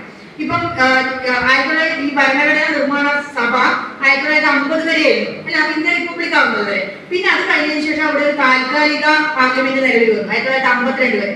അതിലുപരി അംഗമായിരുന്നു 1952 വരെ ഇവരുടെ കാലാവധി ഉണ്ടായിരുന്നു. അപ്പം 1946 മുതൽ 52 വരെ ഇവർ ഈ ഭരണഘടനാ നിർമ്മാണ സഭയിലും തുടർന്ന് ഈ താൽക്കാലിക പാർലമെന്റിലും അംഗമായിരുന്നു. അത് കഴിഞ്ഞിട്ട് നമ്മുടെ ഇവിടെ 51 ഇലക്ഷൻ കഴിഞ്ഞ് ജനറൽ ഇലക്ഷൻ വന്നു, പുതിയ മന്ത്രിസഭ വന്നു, പുതിയ പാർലമെന്റ് ഒക്കെ വന്നു. അത് ദാക്ഷായണി വേലായുധൻ ഇങ്ങോട്ട് തിരിച്ചു വരുവാണ്. അപ്പൊ നിങ്ങൾ മറ്റ് അതിലെ വനിതാ അംഗങ്ങളുടെ അവസ്ഥ നോക്കണം. മറ്റ് അംഗങ്ങൾ ആരും ഇങ്ങോട്ട് തിരിച്ചു വരുന്നില്ല. അതായത് ഞാൻ നമ്മളെ 2 ഉദാഹരണം പറയാം. നമ്മുടെ കേരളത്തിൽ നിന്നുള്ള 2 പ്രതിനിധികള് അംഗങ്ങള് ഒന്ന് അമ്മു സ്വാമിനാഥൻ കേട്ടിട്ടുണ്ടാവും. ഒരു ഭരണഘടനാ നിർമ്മാണ സഭയിലെ ഒരു അംഗമായിരുന്നു, വനിതാംഗമായിരുന്നു. അപ്പൊ അവര് അത് കഴിഞ്ഞിട്ട് ഈ 52-ന് മുന്നേ തന്നെ അവർ ലോക്സഭയിലേക്ക് മത്സരിപ്പിച്ചു. ലോക്സഭയിലേക്ക് മത്സരിപ്പിച്ചു, അവർ ജയിച്ചു. അത് ചരിത്രമാണ്. അത് കഴിഞ്ഞ് പിന്നീട് അവരെ രാജ്യസഭയിലേക്ക് നോമിനേറ്റ് ചെയ്തു. അങ്ങനെ അവര് ഒരു സജീവ സാന്നിധ്യം, രാഷ്ട്രീയത്തിൽ അവരെ സാന്നിധ്യം ഉണ്ടായി. പിന്നെ അടുത്ത റാണി മസ്ബി, അവരും പിന്നെ ലോക്സഭയിലേക്ക് മത്സരിച്ചു. പിന്നെ രണ്ടാമത്തെ ലോക്സഭയിലേക്ക് അവർ മത്സരിച്ച് ജയിച്ചു. പിന്നീട് തിരുവച്ചിയിൽ അദ്ദേഹം മന്ത്രിസഭയിലെ അംഗമായി. അവര് ആലോചിച്ച് ദാക്ഷായണി വേലായുധന് എന്താ സംഭവിച്ചത്? നമ്മൾ കേൾക്കാതെ പോയി അവരുടെ പേര്. അവര് പിന്നെ രാഷ്ട്രീയത്തിലേ ഇല്ല കേട്ടോ. അവരെ വന്നത് 1952 അവർ മടങ്ങി.